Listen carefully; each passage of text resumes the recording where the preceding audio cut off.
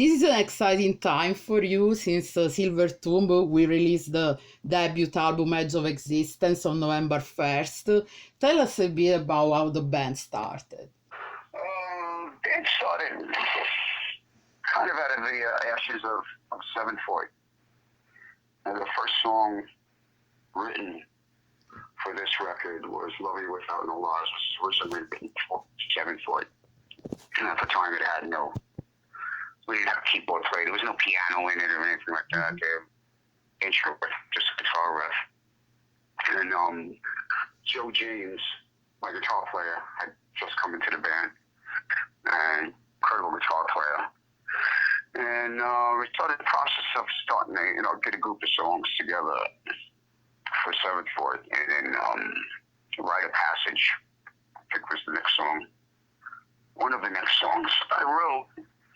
And during the chorus of that song, I started hearing a lot of other instruments, string sections, horn sections, walking strings.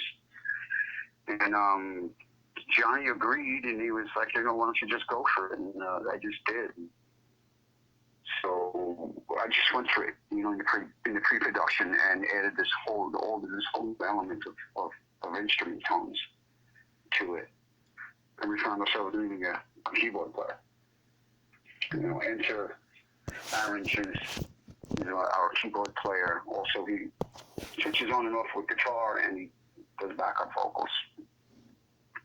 So by that time, we had two new members, brand new instrument, and I think I really felt the itch to broaden the musical horizons of the band and just, and throw in some musical styles we have not experimented with and musical tones. So at that point in time, we felt it was a different band, and we just change the name and go forward and get a clean start and move forward with Silvertomb. That's how it came about, really. So would you say you didn't have really a precise idea of what type of sound and music direction you wanted on the album? I think that it developed over 3 or 4 songs.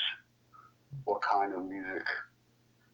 What what it is? It's a blend of styles until you find something, until it becomes its own thing. And I think throughout the writing of Rite of Passage and Eulogy, it really started becoming its own monster, its own entity. Mm-hmm. And when you were writing the lyrics, did you want to have a particular message or express certain emotions? Oh, the lyrics are pretty cathartic. They're all based on my own experiences and, people that are close to me, with Pete Steele, and a lot of the stuff that I've been through in the last 10 years. Mm-hmm. I lost a Peter, I lost a Typo, the near demise of my marriage, alcoholism. Everybody has problems in life, I don't want to be complaining and moaning about them, but, I had some pretty tectonic things go on since 2010. And I didn't really think that, the album didn't start off as an epitaph to all that, but as I started writing 1 song, 2 songs, 3 songs, and I found all these emotions coming out of dealing with all this stuff. And I just let it flow that way. It's actually brought a lot of emotion into the music too, I think. And it sort of helped me, I'm not going to say it's just totally therapeutic, but it kind of helped me understand, make sense of it all, of everything I went through. Mm-hmm.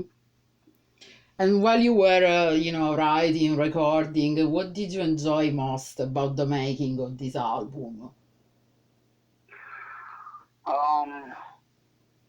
I enjoyed creating the sound effects in some of the interludes and intros, like the whole sound effect thing for Insomnia, coming into Insomnia. It was supposed to be like a bad dream or an open-eye dream. Pulling sound effects off the internet, throwing delays on them, chopping them up, making my own, just creating this atmosphere with sounds, and then probably the other things I enjoyed most were the lead break, my lead interval and eulogy, which at the time was very depressing. It came out that way. It was very sad and sweet sounding. It's probably one of my favorite moments on the record to actually record and create. But for the most part, recording is a very arduous ordeal. I don't know many musicians that like recording. So the process of creating too is very rarely easy. Mm-hmm. It's very rare that a song just flows out of me. There's one did, Waiting. The song Waiting flew out of me in 15 minutes, at 2 o'clock in the morning. Yeah, it was for leaving. It was great. It was elated that it just flowed out. But it usually doesn't happen that way. Usually you have an idea, a riff here, a good melody, and you don't know the arrangement, and it's a process. Mm-hmm. And you actually toured with Life of Agony long before the release of the album. So how did it feel to play those songs live? I was very worried about it at first. But I thought, hope we could pull this off. And I got great players, Juice is great, Johnny's amazing, of course, and Joe, he's the main guitar player. And, Juice took all the samples that we had created for the album, right off the album, and, he could trigger them live and play to a click. So it's the same tempo. Mm-hmm. And, he's adding the string sections and the horn sections and everything that should be there. Some of the songs we have to change live because you can't fade out, live, so you have to come up with an ending for it, stuff like that. But for the most part, it really translated well live. We really did. I was really happy with it. We had a great time touring with Life of Agony. It's really cool that they gave us that opportunity. It also kicked us in the butt a little bit, that we had Insomnia. We were kind of taking our time. We had just finished Basic Tracks in that July of 2018 in Pennsylvania. And that really gave us a kick in the butt, to get a song out there, Insomnia, which did really well. Mm-hmm. And get the ball rolling, It must feel good now to have the actual entire album ready to release. Yeah, I know that. Yeah, it's like years in the making, It shouldn't have taken as long as it did, but it did. The next one is not going to take this long. I plan on having another record out before the end of next year. Oh, so you already planned another album? Yeah, I'm on the next album definitely already. I guess any musicians are always they're always on their newest thing, and the newest thing they're putting out is already old for them. So. Right. And since you've been making music, the music industry has changed a lot. Now social media are very important for bands. What do you think of all these changes? And do you think it's harder to start a new band or actually easier? I don't think it's any easier or any harder. It's just there's the different platforms, And now it seems like all of our fates depend on an algorithmic playlist. Right. It's some mathematical equation, for YouTube and Spotify and all these other streaming services. Back in the day, what made or broke our career when Typo was coming up in the 90s was Beavis and Butthead, whether they gave you a thumbs up or a thumbs down. Now it's an algorithmic program. And then there's opportunity too now for bands to use social media to promote their bands. Yeah, but if nobody knows about you, they're not going to go to your social media page. You know what I'm saying? Right. You still have to go through a process of putting an album out, getting a record deal, going on tours, and you watch the same faces out there doing it. They're all the same people that when I was coming up in the 90s, and so it's the same thing now. The only difference I see is that more of the work is now on the band. It used to be you walk into a record company and you signed your life away, but they had an art department, they had a publicist that did all your press, they had all these departments. It's not really like that anymore. A lot of the work falls on the band itself to do their own promoting, to get their artwork done, all that stuff. So I think that it's the same thing, it's just being serviced on different platforms. That's how I see it. Yeah. But also this year, there's another release that is pretty amazing, the Type O Negative box set, No More Negative, with the right shade of green. Did you expect all the success and demand for this re-release? I think we did. I mean, we anticipated it because, there's been a lot of, there's a whole revival of Type O now. I mean, newer bands doing Type O covers, and people are recognizing, it's a whole resurgence of Type O going on. It's been going on now for more than a year. So we put the feelers out there, put out the first 5,000 of that, and they went immediately. Mm-hmm. So we did it again, we plan on doing the World Coming Down one coming soon. So it's great, me and Johnny did a signing in a New York record store, and it was amazing. That was amazing. Hundreds of people there. It's pretty cool that, and not only, they're not just old people from the 90s, they're kids, a lot of them are kids, they're younger people. So the band, to a large degree, is transcended. Right. In fact, how does it make you feel to see how strong is the Type O Negative legacy today? It's, I'm proud of it, Yeah.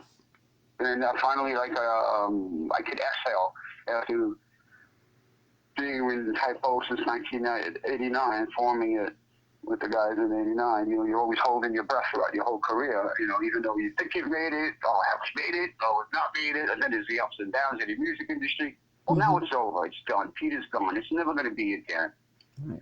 And did everybody forget about it? No, everybody didn't forget about it. It actually made it intact. So now I can exhale on the whole thing. Okay, so then there was a purpose to all this. I've got some legacy. I'm getting to the point in my life where I'm more concerned about my legacy, what I'm leaving behind, and whatever, money and houses and cars and shit like that. No, right, and you were part of something really incredible, I have to say. Yeah. But speaking about re-releases, do you think you'll do also that again, the final album? Oh, I don't know. That again is kind of like a lot of red tape on that one. That was not a road runner release. That was SPV. Right.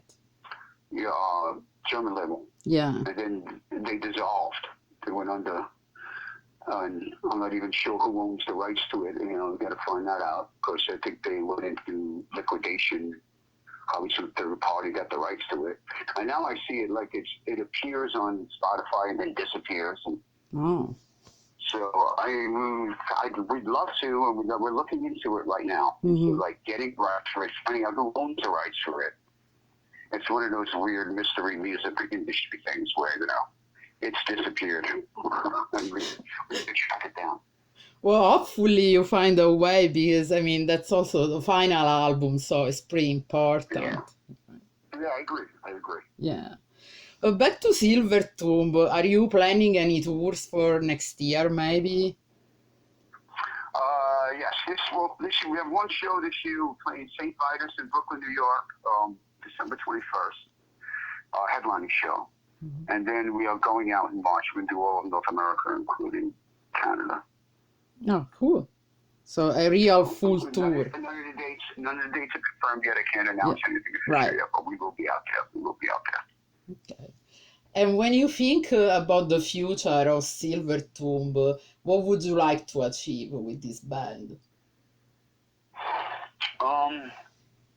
I would like to achieve a sustainable platform to make music and to make music for people, and where I still have a fan base, I should that platform that I can keep making music from. Because I'm not going to stop, and I'm not just going to make it in my garage for myself, So something to take me, I don't care if I'm not a superstar and giant rock star or anything like that. I just want a platform to take me out on the road, because I love playing local live performance, where I could perform the stuff and go in the studio, make the stuff, and people listening to it and getting something out of it, getting something positive out of it, negative out of it, relieving out of it, whatever they get out of it. That's what I want. Pretty simple. Okay, well, then congratulations for this new album, this debut album, and hopefully we'll see you on the road next year. And yes, thank you. Thank you so much for the interview. Well, thank you, Angela.